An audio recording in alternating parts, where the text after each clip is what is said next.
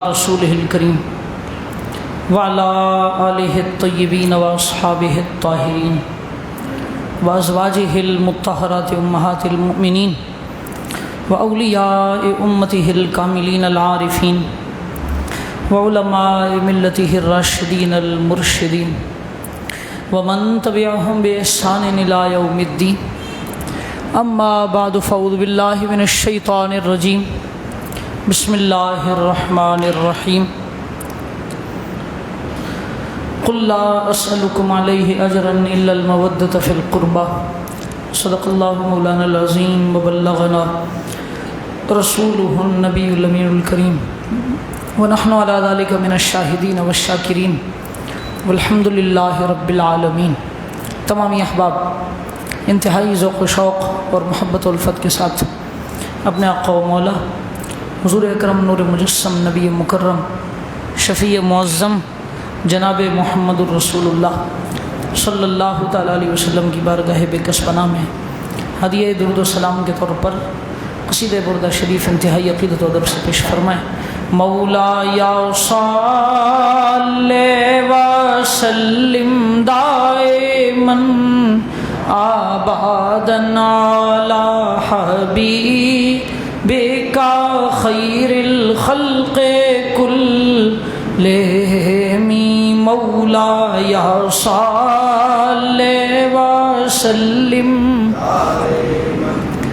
آباداً علی حبیبک خیر الخلق کلہم. محمد سید الکونین والثقلین والفریقین من عرب ومن عجم. مولا یا صلی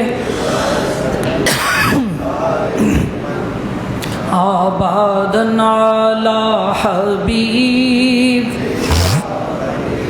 خلق کلہم والآل والصحب ثم التابعین لهم اہل التقى والنقى والحلم والکرم.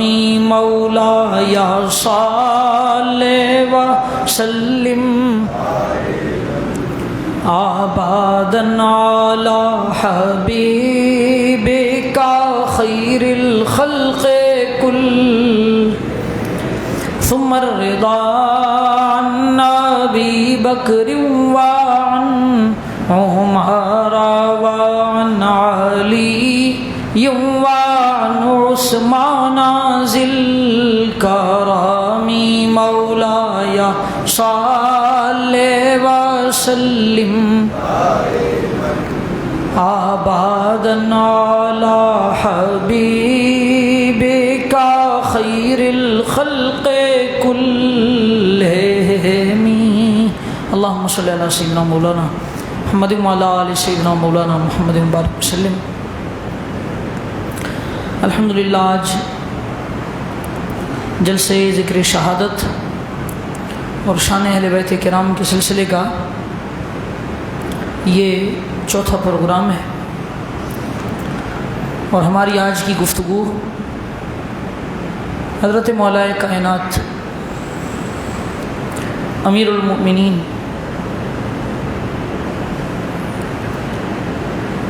امام الواصلین الی رب العالمین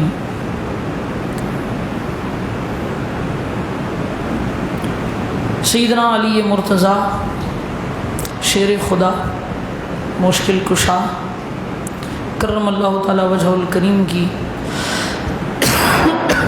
ذات شریفہ سے متعلق ہے.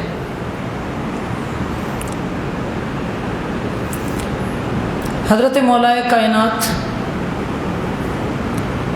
مولا علی نام مبارک علی ہے. عمر مبارک 8 سال یا 10 سال تھی، صحیح قول کے مطابق 10 سال تھی جب آپ حضور سید عالم صلی اللہ علیہ وسلم کا کلمہ پڑھ کر مسلمان ہوئے، حلقہ بگوش اسلام ہوئے،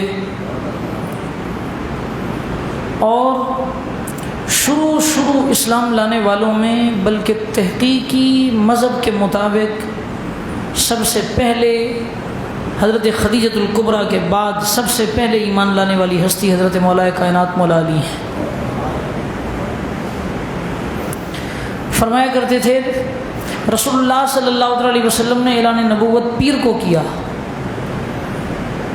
اور میں نے منگل کے دن رسول اللہ صلی اللہ علیہ وسلم کے ساتھ نماز پڑھی ہے۔ اگلے ہی دن ایمان لے آئے تھے۔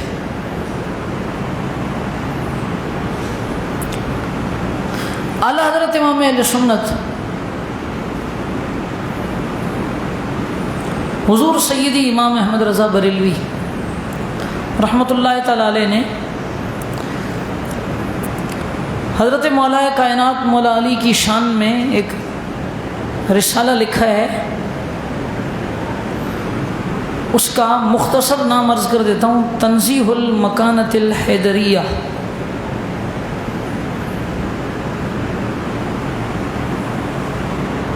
یہ رسالہ آج فتاوی رضویہ شریف جلد 28 میں چھپا ہوا بھی ہے۔ اس میں اعلیٰ حضرت امام اہل سنت نے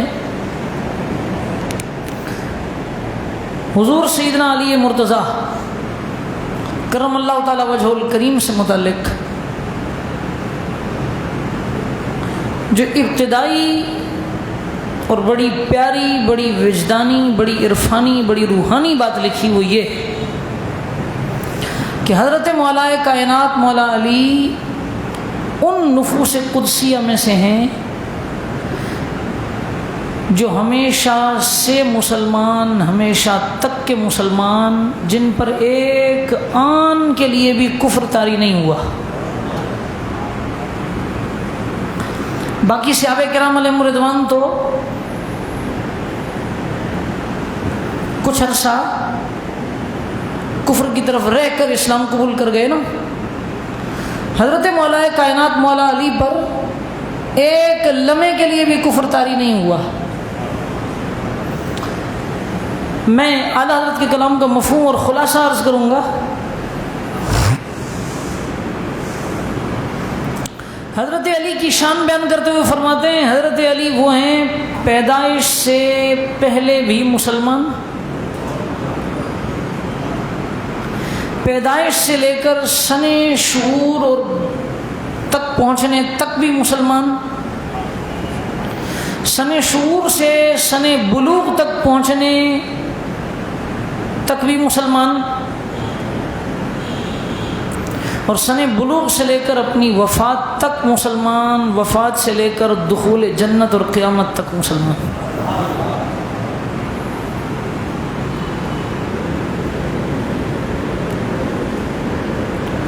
جہاں تک کہ تعلق ہے پیدائش سے پہلے کے اسلام کا،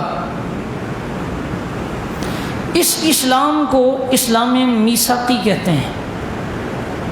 کیا؟ اسلام میثاقی کہتے ہیں۔ اس اسلام کو اسلام میثاقی کہتے ہیں، میثاق۔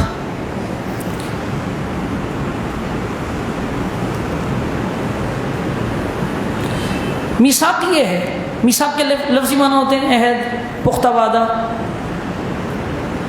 اللہ تبارک و تعالیٰ جل مجدہ الکریم نے جب انسانوں کی اور ساری مخلوقات کی روحیں پیدا فرما لیں تو اللہ تعالیٰ نے عالم ارواح میں ان روحوں کو جمع فرمایا۔ اس میں انبیاء کی روحیں بھی ہیں، اولیاء کی روحیں بھی ہیں، عوام کی روحیں بھی ہیں، مسلم روحیں بھی ہیں، کافر روحیں بھی ہیں۔ اللہ رب العزت جل مجدہ نے سب سے پوچھا الست بربکم، تو خود اللہ تعالیٰ فرماتا ہے قالوا بلا۔ جب اللہ نے سب روحوں سے پوچھا بتاؤ کیا میں تمہارا رب نہیں ہوں، تو سب نے ایک آواز ہو کر کہا تھا بلا، کیوں نہیں، تو ہی ہمارا رب ہے۔ تو عالم ارواح میں ہر روح نے رب کو رب مانا، عالم ارواح میں ہر روح مسلمان۔ تو پھر جب ہر روح مسلمان، یہاں آ کر بعض مومن بعض کافر ہو گئے، دنیا میں آ کر عالم ارواح میں سب نے کہا تھا بلا مالک کیوں نہیں، تو ہی تو ہمارا رب ہے۔ اس وقت سے لے کے پھر ہر بندے کے پیدا ہونے کا جو وقت ہے، اس درمیان کے وقت کو عہد میثاقی کہتے ہیں اور وقت میثاقی کہتے ہیں، اور اس بیچ کے اسلام کو اسلام میثاقی کہتے ہیں۔ اسلام میثاقی ہر روح کو حاصل، ہر ذی روح کو حاصل، بلا شبہ حضرت مولا کائنات مولا علی کو بھی حاصل، ٹھیک ہے۔ پیدائش سے لے کر سن شعور تک پہنچنا، سن شعور اور ہوش سنبھالنے کی عمر تک پہنچنا، اس اسلام کو اسلام خلقی اور اسلام جبلی کہتے ہیں۔ حضرت مولا کائنات مولا علی رضی اللہ عنہ کو یہ اسلام بھی حاصل۔ رسول اللہ صلی اللہ علیہ وسلم فرماتے ہیں کل مولود یولد علی الفطرہ، ہر پیدا ہونے والا بچہ خواہ کسی کے بھی گھر میں پیدا ہو، کسی بھی کمیونٹی میں پیدا ہو، کل مولود، ہر پیدا ہونے والا بچہ یولد علی الفطرہ، وہ فطرت پر پیدا ہوتا ہے، دین فطرت پر، دین اسلام پر پیدا ہوتا ہے، قبول حق کی صلاحیت لے کر پیدا ہوتا ہے۔ فَأَبَوَاهُ يُحَوِّدَانِهِ أَوْ يُنَصِّرَانِهِ أَوْ يُمَجِّسَانِهِ، پھر اس کے جو ماں باپ ہوتے ہیں نا، وہ آگے چل کر کسی کو یہودی بنا دیتے ہیں، خود یہودی ہوتے ہیں تو بچے کو بھی یہودی بنا دیتے ہیں، خود نصرانی اور عیسائی ہوتے ہیں تو بچے کو بھی نصرانی بنا دیتے ہیں، خود مجوسی اور بت پرست اور آتش پرست ہوتے ہیں تو بچے کو بھی یہی کچھ بنا دیتے ہیں۔ یہ ہے اسلام فطری، اسلام جبلی، اسلام خلقی۔ حضرت مولا کائنات مولا علی رضی اللہ عنہ جب ہر بچہ فطرت اسلام پر پیدا ہوتا ہے، حضرت علی بھی تو اسی فطرت اسلام پر پیدا ہوئے۔ یہ حضرت علی کا اسلام، اسلام فطری، اسلام خلقی، اسلام جبلی ہے۔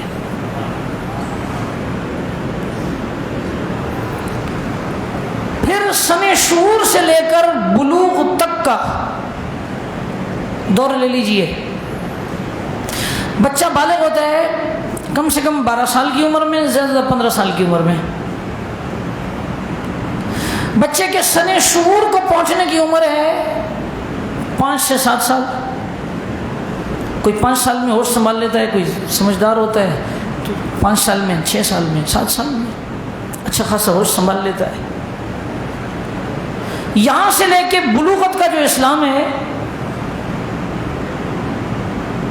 یہ اسلام جسے اچھے ماں باپ مل جائیں اسے حاصل ہوتا ہے، ورنہ نہیں ہوتا۔ حضرت مولا کائنات مولا علی رضی اللہ عنہ کی شان یہ ہے کہ آپ کا یہ زمانہ بھی کامل الاسلام اور کامل الایمان ہستی کا زمانہ ہے، اس لیے کہ حضرت مولا کائنات مولا علی رضی اللہ عنہ کی تربیت اور پرورش ہی رسول اللہ صلی اللہ علیہ وسلم کے گھر میں ہوئی ہے۔ تو پھر حضرت علی سے بت پرستی بچپن میں بھی ممکن نہیں تھی۔ حضور کے گھر میں اور حضور کے خاندان میں بت پرستی کا کیا کام، خاص کر حضور کے اپنے گھر میں۔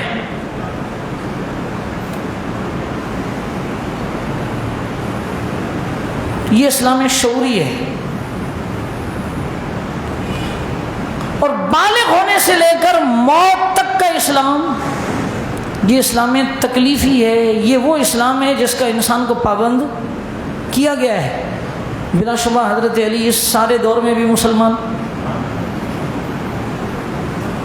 اور یہاں سے لے کے آخرت تک، ابد الآباد تک، دخول جنت تک حضرت علی مسلمان۔ اور سن شعور کے اسلام کا عالم تو یہ ہے کہ بالغ بعد میں ہوئے ہیں۔ فرماتے ہیں 10 سال کی میری عمر تھی، میں نے رسول اللہ صلی اللہ علیہ وسلم کا کلمہ پڑھ کر اسلام قبول کر لیا تھا۔ تو یوں حضرت مولا کائنات مولا علی رضی اللہ عنہ پر ایک لمحے کے لیے بھی کفر طاری، نشان کفر طاری نہیں ہوا۔ اعلیٰ حضرت امام اہل سنت فرماتے ہیں بعین ہی یہی شان جو حضرت مولا کائنات مولا علی کو اللہ کی جانب سے عطا ہوئی، بعین ہی یہی شان اللہ نے ابو بکر صدیق کو بھی عطا فرمائی۔ بلکہ حضرت ابو بکر صدیق رضی اللہ تعالیٰ عنہ کو ایک اعتبار سے حضرت علی پر نمایاں برتری اور خصوصیت اور امتیاز بھی عطا فرمایا۔ بیچ میں ایک زمانہ آتا ہے اسلام طفلی، اسلام شعوری کا، سن شعور اور ہوش سنبھالنے کی عمر میں اسلام کا۔ میں نے آپ کو بتایا کہ اس میں ماں باپ بچے کو یہودی ہوں تو یہودی بنا دیتے ہیں، عیسائی ہوں تو عیسائی بنا دیتے ہیں، کچھ اور ہوں تو کچھ اور بنا دیتے ہیں۔ حضرت ابو بکر صدیق رضی اللہ عنہ کے والد مشرک تھے۔ آپ کا خاندان کوئی پیچھے سے اہل اسلام اور اہل ایمان کا خاندان چلا آ رہا ہو ایسا نہیں تھا، ٹھیک ہے۔ حضرت علی کی تربیت اور پرورش تو حضور کے گھر میں ہوئی نا جی۔ اب حضور کے گھر میں اگر تربیت اور پرورش ہو رہی ہے تو وہاں تو بت پرستی کا سوال پیدا ہو ہی نہیں سکتا تھا۔ وہاں کہاں بت پرستی ہوتی، کہاں بت پرستی کا موقع ملنا تھا، کس نے مجبور کرنا تھا۔ لیکن حضرت ابو بکر صدیق کو بچپن میں بت پرستی پر مجبور کیا گیا۔ حضرت ابو بکر صدیق کا گھرانہ بت پرست ہے، پیچھے سے والد بت پرست ہیں، جب تک اسلام نہیں لائے بت پرست ہیں۔ ایک مرتبہ بچپن میں بت کے سامنے ابو بکر صدیق کو لے گئے، لے جا کر کہنے لگے یہ ہمارا خدا ہے، اس کو پوجو، اس کو سجدہ کرو، اسے مانگو۔ آپ نے فرمایا اچھا یہ ہمارا خدا ہے؟ قریب گئے، اللہ نے ایسا سلیم الفطرت بنایا تھا بچپن سے، عمر مبارک بمشکل 5 سال، یہ ہمارا خدا ہے۔ اس کو مخاطب ہو کے کہتے ہیں میں بھوکا ہوں، مجھے کھلا کھانے کو دے، میں ننگا ہوں، مجھے کپڑا پہننے کو دے۔ اس نے کیا جواب دینا تھا؟ آپ نے فرمایا اچھا یہ ڈنڈا اٹھا کر میں تجھے مارتا ہوں، اپنے آپ کو ہی بچا لے۔ یہ کہہ کر ابو بکر صدیق رضی اللہ تعالیٰ عنہ نے اس بت کو اسی کے ساتھ رکھے ہوئے ڈنڈے سے مارا اور اس کی بے حرمتی کر دی۔ ابو قحافہ ان کے والد ماجد کو غصہ آیا، بازو سے پکڑا، ایک تھپڑ لگایا، لے آئے ماں کے پاس اور ماں کی طرف ڈالا، کہا اس کو سکھاؤ، سمجھاؤ، یہ ہمارے بتوں کی توہین کرتا ہے۔ تو ان کی امی جان کہنے لگی آپ کو کس نے کہا تھا آپ اس بچے کو لے کر جاؤ اور بت خانے میں لے کر جاؤ؟ آپ کو معلوم نہیں ہے میں نے آپ کو بتایا تھا جب یہ بچہ پیدا ہوا تو مجھے غیب سے آواز آئی تھی اے اللہ کی بندی تجھے مبارک ہو، تو نے اس بچے کو جنم دیا ہے جو اللہ کا عتیق بندہ ہے، یعنی جہنم سے آزاد ہے، اور اس کا لقب اللہ کے ہاں صدیق ہے۔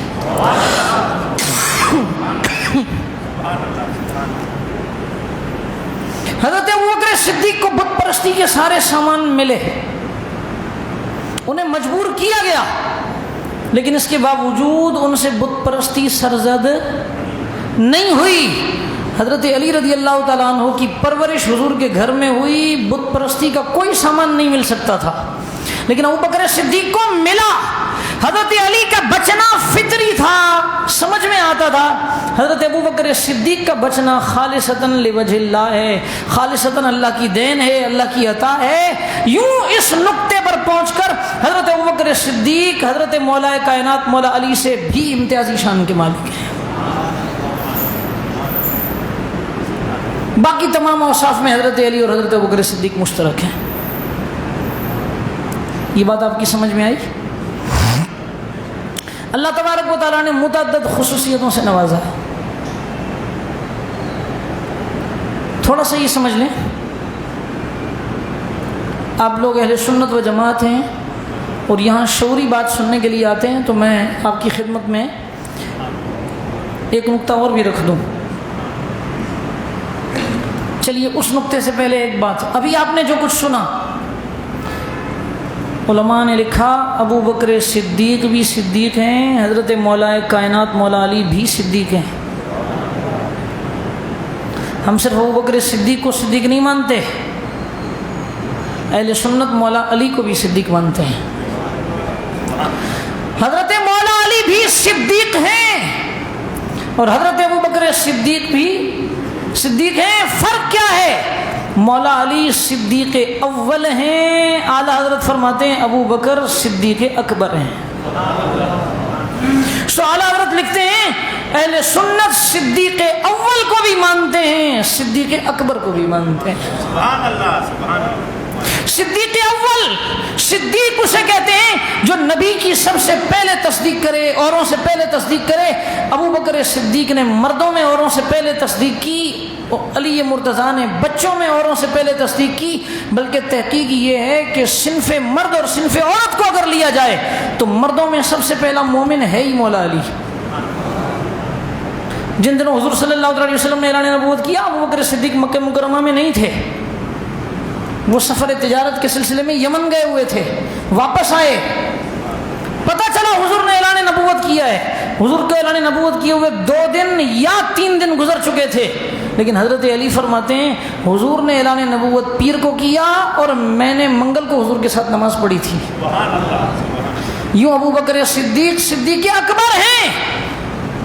اکبر کیسے ہیں؟ بڑے صدیق کیسے ہیں؟ وہی جہت اعلی، وہی جہت امتیازی جو میں نے بتائی کہ ابو بکر صدیق کو بت پرستی کا موقع ملا لیکن پھر بھی بت پرستی نہ کی۔ حضرت علی کی زندگی میں یہ موقع آنا ہی نہیں تھا کہ کرتے۔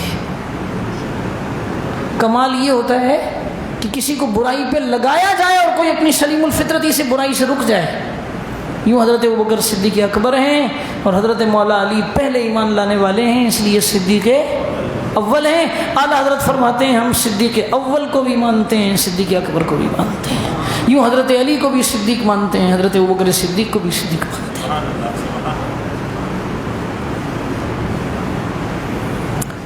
اب جو بات بتانے لگا تھا وہ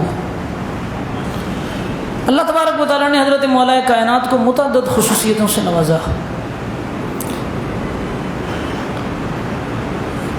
اہل سنت و جماعت کو اور ہمارے نوجوان طبقے کو خاص طور پر یہ بات ضرور سمجھنی چاہیے اور دماغ میں بٹھانی چاہیے کہ ایک ہوتی ہے خصوصیت، ایک ہوتی ہے فضیلت، ایک ہوتی ہے خصوصیت اور ایک ہوتی ہے فضیلت۔ یہ یوں کہہ لیجئے افضلیت، ٹھیک ہے؟ بعض اوقات کسی میں کچھ خصوصیتیں پائی جاتی ہیں لیکن اس کے باوجود وہ افضل نہیں ہوتا، افضل دوسرا ہوتا ہے۔ افضلیت اور چیز ہے، خصوصیت اور چیز ہے۔ افضلیت کیا ہوتی ہے اور خصوصیت کیا ہوتی ہے؟ افضلیت، اب توجہ سے سنیے گا اور دماغ میں بٹھائیے گا۔ افضلیت کہتے ہیں، فضیلت یا افضلیت کہتے ہیں کثرت ثواب کو۔ کس کو؟ کثرت۔ افضلیت اور فضیلت کا مطلب یہ ہے کہ اللہ محض اپنے فضل و کرم سے ایک نیک عمل 100 آدمی کریں گے، 1000 آدمی کریں گے، 1,00,000 آدمی کریں گے، لیکن اللہ کی مہربانی ہے، اللہ ثواب اس کو زیادہ دے گا۔ تو پھر کہا جائے گا یہ اوروں سے افضل ہے، یہ اوروں سے افضل ہے۔ مثال کے طور پر ایک ہے گھر میں نماز پڑھنا، ایک ہے محلے کی مسجد میں نماز پڑھنا، اور ایک ہے اس مسجد میں 5 وقت کی نماز پڑھنا جہاں جمعہ بھی ہوتا ہو۔ گھر میں نماز پڑھنے کا ثواب ہے، میں پوچھ رہا ہوں آپ سے، پڑھو گے تو ملے گا نا؟ لیکن اس سے زیادہ ثواب کہاں ملے گا؟ مسجد میں نماز پڑھو گے۔ اب مسجد میں نماز پڑھنا گھر میں نماز پڑھنے سے افضل ہے بولو، مسجد میں نماز پڑھنا گھر میں نماز پڑھنے سے افضل ہے۔ کیا مطلب افضل ہے؟ مسجد میں نماز پڑھنے کا ثواب زیادہ ہے، ٹھیک ہے؟ اور مسجد میں نماز پڑھنے والے بھی دو قسم کے ہوتے ہیں، کچھ وہ ہیں جو جماعت ہو جانے کے بعد آئیں یا پہلے آئیں اور اپنی پڑھ کے چلتے بنیں، اور کچھ وہ ہیں جو جماعت سے نماز پڑھیں۔ تو اکیلے نماز پڑھنے والے کو کتنی نمازوں کا ثواب ملتا ہے؟ ایک کا، اور جماعت سے نماز پڑھنے والے کو 27۔ تو پھر اکیلے نماز پڑھنے سے کیا افضل ہوا؟ جماعت سے نماز پڑھنا۔ تو پھر جماعت سے نماز پڑھنا افضل ہے، اس کا کیا مطلب ہے؟ جماعت سے نماز پڑھنے کا ثواب زیادہ ملتا ہے۔ تو افضلیت کے معنی ہوتے ہیں زیادتی ثواب، کثرت ثواب۔ مسئلہ سمجھ آ گیا؟ اچھا، یہ ہے عام مسجد، محلے کی مسجد۔ اور اگر آپ اس مسجد میں نماز پڑھیں جس مسجد میں جمعہ بھی ہوتا ہے تو اس کا ثواب 25 درجے اور بڑھ جاتا ہے، ٹھیک ہے؟ اب محلے کی اس مسجد میں نماز پڑھنے سے کہ جہاں جمعہ نہیں ہوتا، اس مسجد میں نماز پڑھنا افضل ہے جہاں جمعہ ہوتا ہے۔ کیوں؟ اس لیے کہ وہاں ثواب زیادہ ملتا ہے۔ تو زیادتی ثواب کو کہتے ہیں افضلیت۔ ابو بکر صدیق، عمر فاروق، عثمان غنی، علی مرتضیٰ، یہ چاروں صحابہ کرام تمام صحابہ کرام سے افضل ہیں۔ اس کا کیا مطلب ہوگا؟ اس کا مطلب یہ ہوگا تمام صحابہ اللہ رب العزت کی بارگاہ میں ایک نیکی پیش کریں اور یہ چار ایک نیکی پیش کریں، اللہ تبارک و تعالیٰ کو اتنے پیارے ہیں کہ اللہ ان چار کو ثواب اوروں سے زیادہ عطا فرمائے گا۔ اور ان چاروں میں سب سے افضل ابو بکر صدیق ہیں، تو پھر ابو بکر صدیق کے ثواب کو کوئی پہنچ ہی نہیں سکتا۔ افضلیت کا یہ مسئلہ ہوتا ہے۔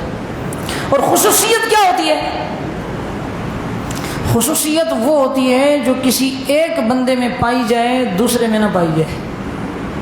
خصوصیت وہ ہوتی ہے جو، بولو یار بولو، جو ایک میں پائی جائے دوسرے میں نہ پائی جائے۔ اب اس خصوصیت میں سے ایک خصوصیت افضل ہونا ہو سکتی ہے، لیکن یہ ضروری نہیں ہے کہ جس کو کوئی خصوصیت عطا کی گئی ہو وہ اوروں سے افضل بھی ہو۔ اب سنیے، ساری امت متفق ہے یا نہیں کہ ابو بکر صدیق سب سے افضل البشر بعد الانبیاء، ابو بکر صدیق۔ اچھا، اگلی بات سمجھانے سے پہلے ایک جملہ میرا اور بھی سمجھ لیں۔ خصوصیت کسی شخصیت کو پڑھنے سے سمجھ میں آتی ہے، اس پر ریسرچ کرنے سے، اس کو پڑھنے سے سمجھ میں آتی ہے۔ افضلیت نہ پڑھنے سے سمجھ میں آئے گی نہ عقل سے سمجھ میں آئے گی۔ افضلیت ہمیشہ یا اللہ بتائے گا یا اللہ کا رسول بتائے گا۔ کون کس سے افضل ہے یہ فیصلے ہماری عقلیں نہیں کر سکتی، اس لیے کہ فضیلت کا تعلق ہے کثرت ثواب سے۔ کثرت ثواب اللہ نے دینا ہے، تو پھر اللہ جس کے لیے بتائے گا وہ افضل ہوگا نا، یہ ہماری عقلیں فیصلے کریں گی۔ اب ہماری عقل تو یہ کہتی ہے، آپ کی ہماری سب کی عقل یہ کہتی ہے کہ حضرت علی حضور کے خونی رشتہ دار ہیں، ابو بکر صدیق خونی رشتہ دار نہیں ہیں۔ تو عقل تو یہ کہتی ہے کہ افضل کون ہونا چاہیے؟ حضرت مولا علی۔ لیکن افضلیت کا مسئلہ عقل والا ہے نہیں، عقل میں آنے والا افضلیت کا مسئلہ اللہ کے بتانے پر موقوف ہے، اللہ کے رسول کے بتانے پر موقوف ہے۔ اللہ رسول جسے افضل کہیں گے وہ افضل ہوگا، یہاں عقل کا دخل۔ اور خصوصیت وہ ہوتی ہے جو ایک میں پائی جائے دوسرے میں۔ مثال کے طور پر ابو بکر صدیق افضل ہیں یا نہیں؟ لیکن رسول اللہ صلی اللہ علیہ وسلم حضرت عمر کے لیے ایک بات فرماتے ہیں، فرمایا لو کان بعدی نبی لکان عمر، اگر میرے بعد اللہ کسی کو نبی بناتا تو عمر کو بناتا۔ اب نبی بننے کی صلاحیت حضور فرماتے ہیں عمر میں ہے، ابو بکر میں بھی نہیں، ٹھیک، عثمان غنی میں بھی نہیں، علی مرتضیٰ میں بھی نہیں، باقی عشر مبشرہ میں بھی نہیں۔ باقی صحابہ میں بھی نہیں. اب یہ جو حضور کا فرمانا کہ اگر میرے بعد نبی ہوتا تو عمر ہوتے، میں پوچھتا ہوں یہ حضرت عمر کی افضلیت ہے یا خصوصیت ہے؟ یہ افضلیت نہیں ہے. افضل پھر بھی ابو بکر صدیق ہی رہیں گے. یہ حضور نے خصوصیت بیان کی ہے کہ میرے عمر کی شان یہ ہے، خصوصیت یہ ہے. ایسے ہی حضرت مولا کائنات مولا علی رضی اللہ عنہ کی جن شانوں کو ہم سمجھتے ہیں اور ہمارا ایک مخالف طبقہ وہم دلانے کی کوشش کرتا ہے کہ وہ حضرت علی کی افضلیتیں ہیں، وہ بھی حضرت علی کی افضلیتیں نہیں ہیں، وہ حضرت علی کی خصوصیتیں ہیں. مثلا حضرت علی رسول اللہ صلی اللہ علیہ وسلم کے ہم نسب ہم خاندان ہیں، کوئی اور صحابی اتنا قریبی نہیں ہے. تو پھر یہ حضرت علی کی فضیلت ہے یا خصوصیت ہے؟ بولو بولو، خصوصیت ہے. حضرت علی کو رسول اللہ صلی اللہ علیہ وسلم نے اپنی پیاری بیٹی حضرت فاطمہ نکاح میں دیں. کسی اور کو یہ پیاری بیٹی نہ ملی، یہاں تک کہ بعض صحابہ کرام نے رشتہ مانگا بھی تو حضور نے انکار کر دیا. حضرت علی کا حضرت فاطمہ سے نکاح ہونا اور حضور کا پھر فرمانا یہ رشتہ میں نے اپنے سے نہیں، یہ میں نے رب کے مشورے سے کیا ہے. یہ حضرت علی کی خصوصیت ہے یا افضلیت ہے؟ بولو بولو، خصوصیت. رسول اللہ صلی اللہ علیہ وسلم فرماتے ہیں من کنت مولا ہو فعلی مولا، جس کا میں مولا اور محبوب ہوں گا علی لازماً اس کا محبوب اور مولا ہوگا. حضور نے یہ بات ابو بکر صدیق کے لیے نہیں فرمائی، عمر فاروق کے لیے نہیں فرمائی، عثمان غنی کے لیے نہیں فرمائی، صرف حضرت علی کے لیے فرمائی. یہ حضرت علی کی فضیلت ہے یا خصوصیت ہے؟ خصوصیت ہے. شب ہجرت رسول اللہ صلی اللہ علیہ وسلم نے اپنے بستر پر سلانے کے لیے حضرت علی کو چنا. امانتیں لوگوں تک پہنچانے کے لیے جس شخص پہ بھروسہ کیا وہ حضرت علی ہیں. کسی اور اپنے خاندان والے کو یہ ذمہ داری نہیں دی. یہ حضرت علی کی فضیلت ہے یا خصوصیت ہے؟ خصوصیت ہے. خصوصیت ہے. رسول اللہ صلی اللہ علیہ وسلم نے فرمایا انت منی بمنزلت ہارون من موسیٰ، اے علی تجھے مجھ سے وہی قرب، وہی تعلق، وہی نسبت حاصل ہے جو جناب ہارون علیہ السلام کو جناب موسیٰ علیہ السلام سے حاصل تھی.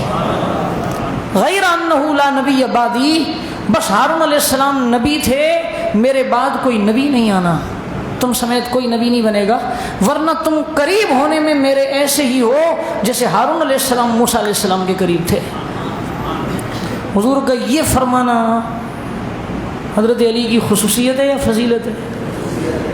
خصوصیت ہے. حضور صلی اللہ علیہ وسلم نے مدینہ طیبہ تشریف لا کر ایک ایک مہاجر کو ایک ایک انصاری کا بھائی بنا دیا. حضرت علی کا کو کسی کا بھائی نہیں بنایا، اعلان نہیں کیا، اعلان نہیں کیا. ابھی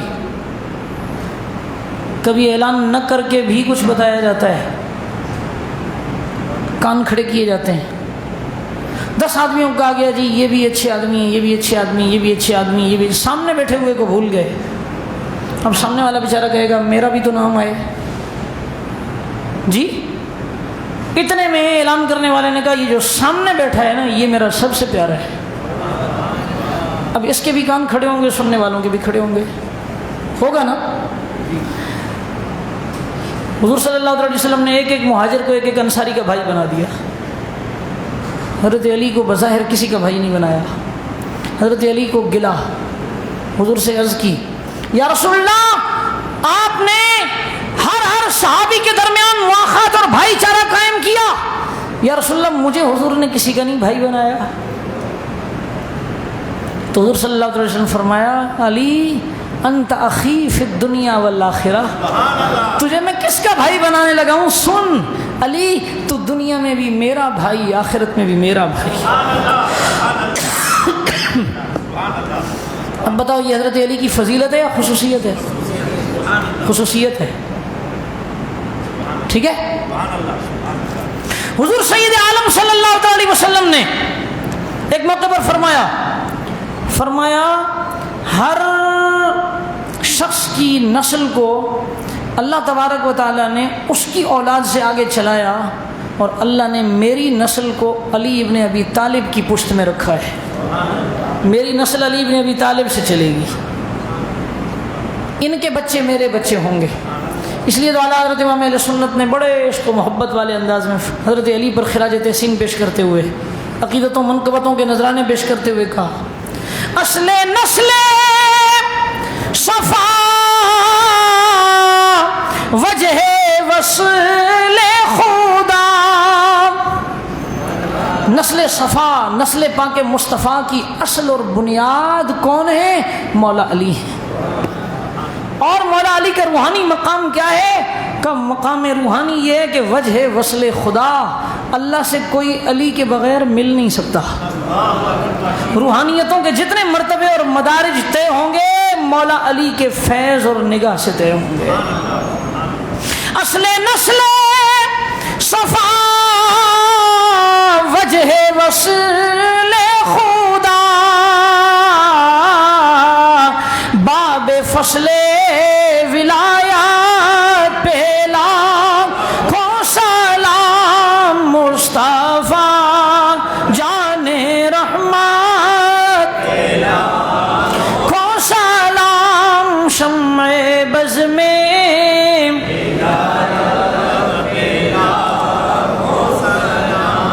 میرے خیال سے آپ لوگ بہت تھکے ہوئے آج، اب لوگوں کی آواز ساتھ دے نہیں رہی. چلو پھر پڑھ لیتے ہیں. مرتضی شیر حق اشجع الاشجعی، ساقی شیر و شربت پیلا کو سلام مصطفیٰ پیلا کو سلام شمع بز میں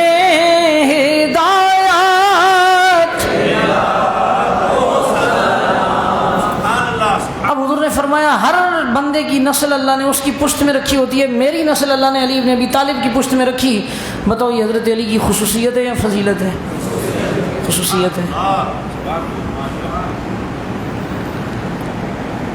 حضور صلی اللہ علیہ وسلم نے خیبر کی فتح سے ایک دن پہلے اعلان فرمایا: لأوتین الرایۃ غدا رجلا یحب اللہ ورسولہ یفتح اللہ علی یدیہ.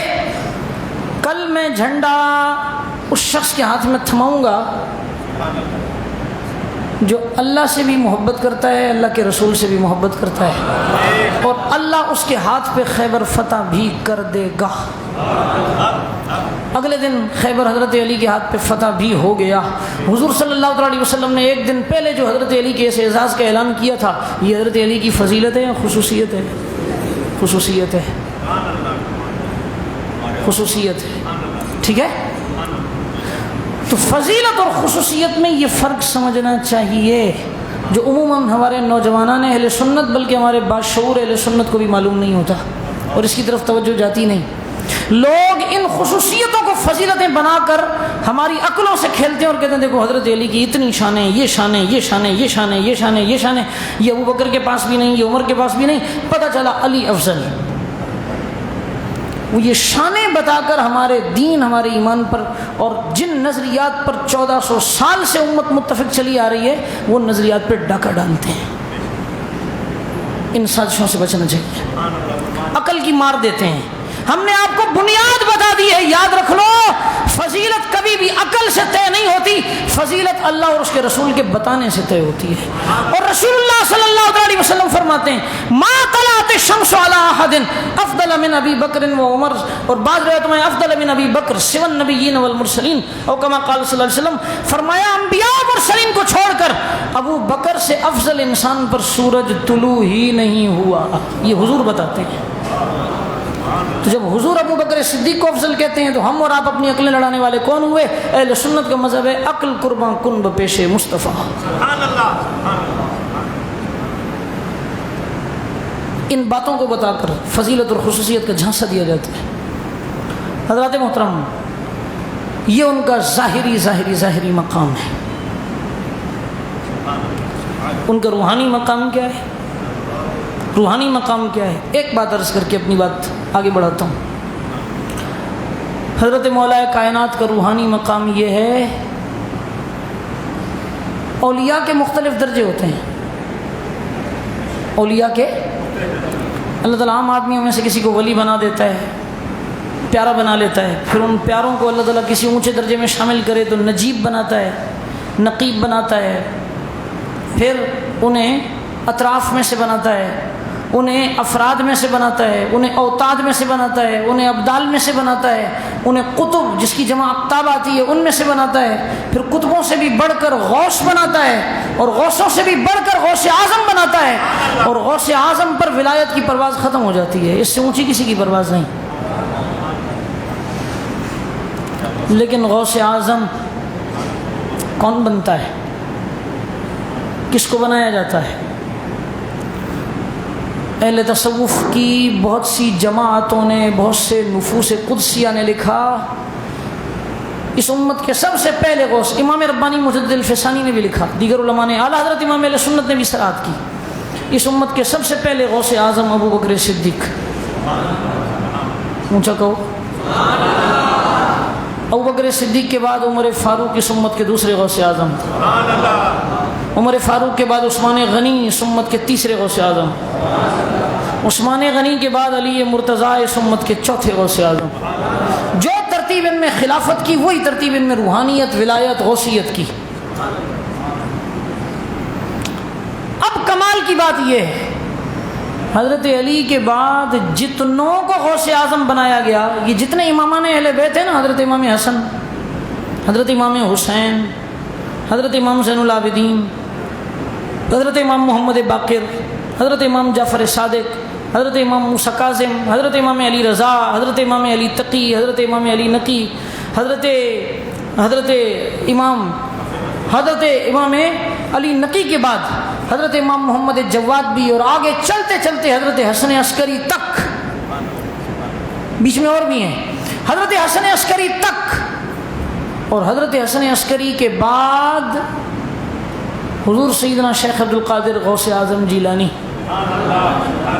اور حضرت غوث اعظم جیلانی غوث اعظم ہیں قرب قیامت حضرت امام مہدی کے آنے تک.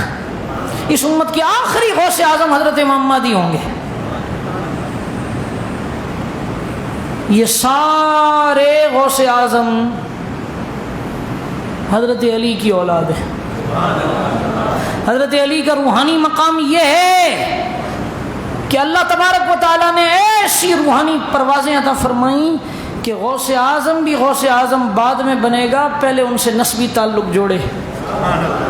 غوثیت عظمیٰ ان کے خاندان سے باہر نہیں، اور غوثیت عظمیٰ ان کے خاندان سے باہر نہیں. اس کا مطلب یہ ہے ولایت جس کو بھی ملتی ہے غوث پاک کے ہاتھ سے ملتی ہے، اور غوث پاک میں سارا فیض چلتے ہوئے جو آ رہا ہے وہ حضرت مولا کائنات مولا علی کا. یہ حضرت علی کی روحانی شان ہے. بڑی فضیلتوں، کرامتوں، عزتوں، شرافتوں کے مالک ہیں.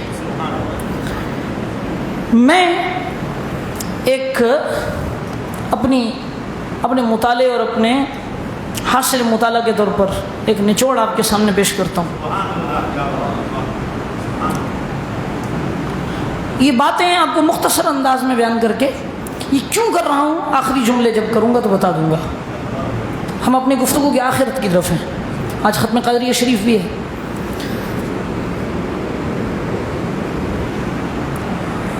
کہا یہ جاتا ہے، چلیے میں پہلے سے بتا دیتا ہوں. کہا یہ جاتا ہے اور اہل سنت نوجوانوں کو بہکایا یہ کہہ کر جاتا ہے،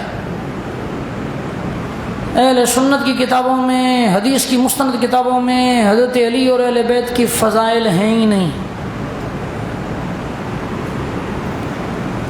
ایک جھوٹ.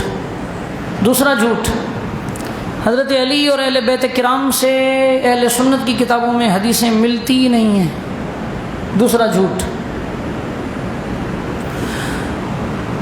بلکہ بعض منہ پھٹ یہاں تک کہنے پہ آتے ہیں کہ معاذ اللہ صحابہ کرام علیہم رضوان تو جنہیں سنی صحابی مانتے ہیں وہ رسول اللہ کی وفات کے بعد اہل بیت کے دشمن ہو گئے تھے سارے. یہ ہمارے بچے کا دماغ خراب کرنے کے لیے اس طرح کی باتیں کی جاتی ہیں. کالجوں میں، یونیورسٹیوں میں، اور کسی کی دوستی شیعوں سے ہو جائے تو اللہ کی پناہ، وہ سلو پوائزن کے طور پر زہر گھولنا شروع کرتے ہیں یاری دوستی میں. یہ میرا حاصل مطالعہ ہے جس میں اللہ تعالیٰ آپ کو بھلا کرے 16 صحابہ کرام انشاءاللہ ایسے بتاؤں گا جنہوں نے حضرت علی کی شان حضور کے دنیا سے جانے کے بعد بیان کی اور امت کو بتائیں تو ہم تک پہنچیں. کتنے؟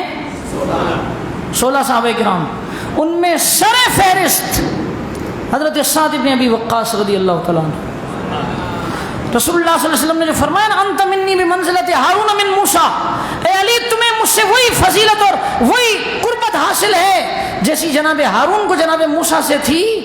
یہ لوگ بڑے شوق سے حدیث پڑھتے ہیں، ان سے پوچھو ذرا اس حدیث کا راوی کون ہے؟ اس حدیث کا راوی رسول اللہ کا صحابی سعد بن ابی وقاص ہے.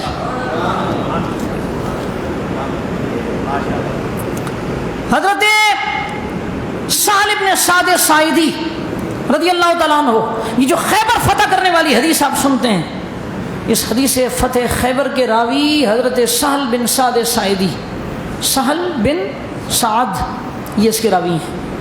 حضرت براء ابن عازب فرماتے ہیں رسول اللہ صلی اللہ علیہ وسلم نے فرمایا اے علی انت منی وانا منکا، اے علی تو مجھ سے ہے میں تجھ سے ہوں. اور بعض روایتوں کے الفاظ انہی سے ہیں علی منی وانا منہ، علی مجھ سے ہے اور میں علی سے ہوں.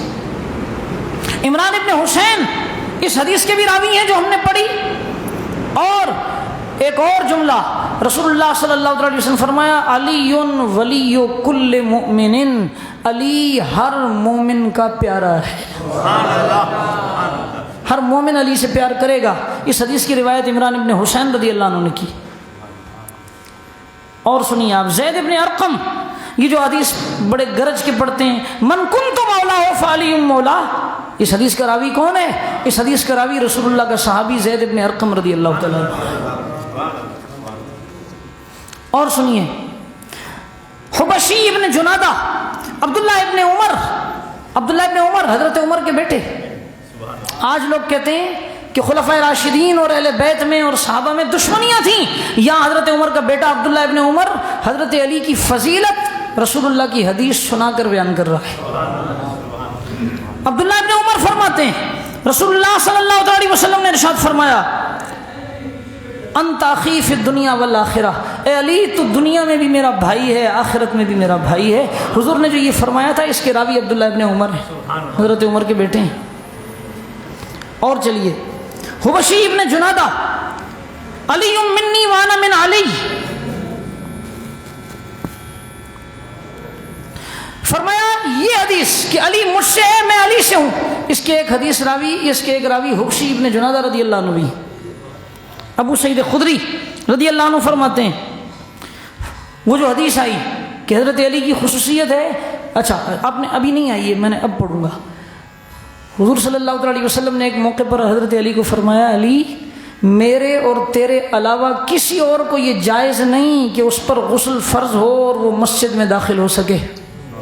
علی حالت جنابت میں یا مسجد میں مجھے داخلے کی اجازت ہے یا تمہیں داخلے کی اجازت ہے. اس حدیث کے راوی حضرت ابو سعید خدری رضی اللہ تعالیٰ عنہ. حضور صلی اللہ علیہ وسلم کی زوجہ محترمہ ام المؤمنین ام سلمہ رضی اللہ تعالیٰ عنہ فرماتی ہیں رسول اللہ صلی اللہ علیہ وسلم نے ارشاد فرمایا لا يحب علیا منافق ولا يبغضه مومن، فرمایا مومن کبھی علی سے بغض نہیں رکھے گا، منافق کبھی علی سے محبت نہیں کرے گا. گویا ایمان اور نفاق کی علامت اور تھرمامیٹر کیا ہے؟ دیکھ لو علی کی محبت ہے تو ایمان ہے اور علی کی محبت نہیں تو نفاق اور کفر ہے، بے دینی ہے. حضرت ام سلمہ یہ الفاظ روایت کرتی. عبداللہ ابن عباس حضور صلی اللہ علیہ وسلم کا یہ فرمان نقل کرتے ہیں رسول اللہ صلی اللہ علیہ وسلم فرمایا من سب علی فقد سبنی، جس نے علی کو گالی دی، برا بھلا کہا، اس نے مجھے ایسا کہا، اور جس نے علی سے دشمنی کی اس نے مجھ سے دشمنی کی، اور جس نے علی سے محبت کی اس نے مجھ سے محبت کی۔ یہ عبداللہ ابن عباس ہے۔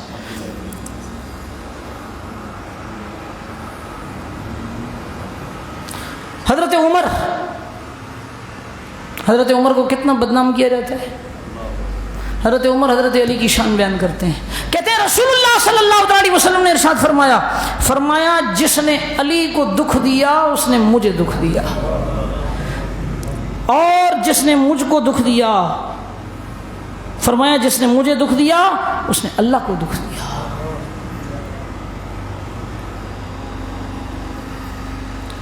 آخری حدیث، حضرت ابوبکر صدیق رضی اللہ تعالیٰ عنہ، حضرت ابوبکر صدیق حضرت علی کی فضیلت میں حدیثیں بیان کرتے ہیں۔ حضور صلی اللہ علیہ وسلم نے ایک موقع پر فرمایا ابو بکر میں تمہیں بتاؤں جنت میں کون جائے گا؟ فرمایا جنت میں وہی جا سکے گا جسے علی جانے کا پروانہ دیں گے۔ اگر صحابہ کرام اور اہل بیت میں، اور اگر صحابہ کرام اور حضرت مولا علی میں رنجشیں ہوتی، اپنے ایمان سے بتاؤ صحابہ حضرت علی کی فضیلتیں اور ان فضیلتوں میں یہ حدیثیں بیان کرتے؟ آخری جملہ سیدنا امام احمد ابن حنبل، مشہور امام حدیث، امام مجتہد، امام فقہ، فرماتے ہیں کسی صحابی کی شان میں، فضیلت میں اتنی حدیثیں وارد نہیں جتنی مولا علی کی شان میں ہے۔ اور فرمایا وہ حدیثیں دو قسم کی ہیں، بعض وہ ہیں جو صحیح ہیں اور بعض وہ ہیں جو لوگوں نے من گھڑت بھی بنائی، موضوع ہیں۔ فرمایا موضوع حدیثیں لاکھوں میں ہیں، اگرچہ صحیح حدیثوں کی بنسبت موضوع حدیثوں کی تعداد زیادہ ہے اور موضوع حدیثیں کم ہے، صحیح حدیثوں کی تعداد اور موضوع حدیثوں کی تعداد زیادہ ہے۔ موضوع کا مطلب من گھڑت۔ کیوں؟ حضرت امام محمد بن حنبل کی سنو، یہ لوگ کہتے ہیں صحابہ اور حضرت علی میں دشمنیاں تھیں۔ حضرت امام محمد بن حنبل فرماتے ہیں یہ اس لیے ابوبکر صدیق افضل ہیں لیکن ان کی فضیلت میں اتنی حدیثیں کیوں وارد نہیں؟ حضرت عمر کی فضیلت میں اتنی کیوں نہیں؟ کسی اور صحابی کی فضیلت میں، حضور کی بیویوں تک کی فضیلت میں اتنی کیوں نہیں؟ حضرت حسن و حسین کی فضیلت میں اتنی حدیثیں کیوں نہیں جتنی حضرت علی کی فضیلت میں ہیں؟ کیوں؟ امام محمد بن حنبل فرماتے ہیں جب حضرت علی کے دشمن زیادہ پیدا ہوئے نا تو رسول اللہ کے صحابہ نے ایک ہی کام اپنا فرض سمجھ لیا تھا، اور وہ کام تھا جس نے رسول اللہ سے جو سنا تھا وہ علی کی وہ شانیں کھل کے بیان کرنے لگ گیا تھا۔ تو پھر صحابہ کرام علیہ رضوان اٹھتے بیٹھتے چلتے پھرتے آتے جاتے فضائل علی بیان کیا کرتے تھے۔ فضائل علی اتنی کثرت سے بیان کیے گئے چونکہ حضرت علی کے دشمن اور حضرت علی سے بغض رکھنے والے بہت پیدا ہو گئے تھے، تو پھر صحابہ نے ٹھیکہ اٹھا لیا جو علی سے بغض رکھے گا وہ ہمارے نبی کے طریقے پر کب ہے؟ ہم لوگوں کو اپنے نبی کے طریقے پر لانے کے لیے ہم اپنے نبی کی جو علمی امانت اپنے سینے میں رکھتے ہیں ہم کھول کھول کر بیان کریں گے۔ تو پھر ہر صحابی نے جو بھی زندہ تھا اس نے حضرت علی کی فضائل پہ جو سنا تھا بیان کرنا شروع کیا۔ میرے ناقص مطالعے کے مطابق، میں بہت کم علم قسم کا آدمی ہوں، لیکن میرے ناقص علم کے مطابق جو دنیا حدیث میں صحیح سندوں کے ساتھ، صحیح ترین سندوں کے ساتھ حضرت علی کی فضائل میں حدیثیں آتی ہیں، ان حدیثوں کے روایت کرنے والے صحابہ کرام کی صحیح تعداد 65 ہے۔ کتنی؟ اب پوچھو ان لوگوں سے جو کہتے ہیں کہ حضور کے بعد تو سارے دشمن ہو گئے تھے، یہاں تک بھی لکھ دیا ہے انہوں نے اپنی کتابوں میں کہ حضور کے بعد تو سارے نعوذ باللہ کافر ہو گئے تھے، صرف 4-5 ہی صحابی بچے تھے۔ تو پھر اگر یہ سارے ایسے ہو گئے تھے ظالموں جیسے تم کہتے ہو، تو پھر حضرت علی کی فضیلت میں یہ اتنی ساری کتابیں علماء نے کیوں لکھ دی اور یہ اتنی ساری حدیثیں ہزاروں لاکھوں کی تعداد میں امت تک پہنچ کیسے گئیں؟ ہمارا کام حق بتانا، حق دکھانا اور آپ کے سامنے علم پیش کر کے آپ کو شعور دینا ہے، قبول کرنے، ماننے اور دین پر استقامت اور مسلک حق اہل سنت و جماعت پہ دوام استقامت یہ عطا کرنا اللہ کا کام ہے۔ ہم دعا گو ہیں، اللہ ہمیں بھی استقامت دے، آپ کو بھی استقامت دے۔ اللہ تبارک و تعالی اہل محبت میں ہمارا شمار فرمائے، اہل محبت میں ہمارا حشر فرمائے۔ اللہ اہل نفرت سے دور رکھے، اہل عداوت سے دور رکھے، اہل نفاق سے دور رکھے۔ اللہ ان سے دور رکھے جو صحابہ کے گستاخ ہیں، ان سے بھی دور رکھے جو اہل بیت کرام کے گستاخ ہیں۔ اللہ صحابہ کرام کا بھی با ادب رکھے، اہل بیت کرام کا بھی ادب رکھے۔ کل اللہ رب العزت نے چاہا کل یا پرسوں یا جب بھی ایسے ہی ایک پرچہ اور بھی لاؤں گا، وہ بھی میرے مطالعے کا نچوڑ ہے۔ اہل بیت کرام جن میں حضرت حسن، حضرت حسین، حضرت فاطمہ، حضرت علی سب ملا کر تقریباً 31 صحابہ کرام ہیں جنہوں نے اہل بیت کرام کے فضائل میں حدیثیں بیان کی ہیں۔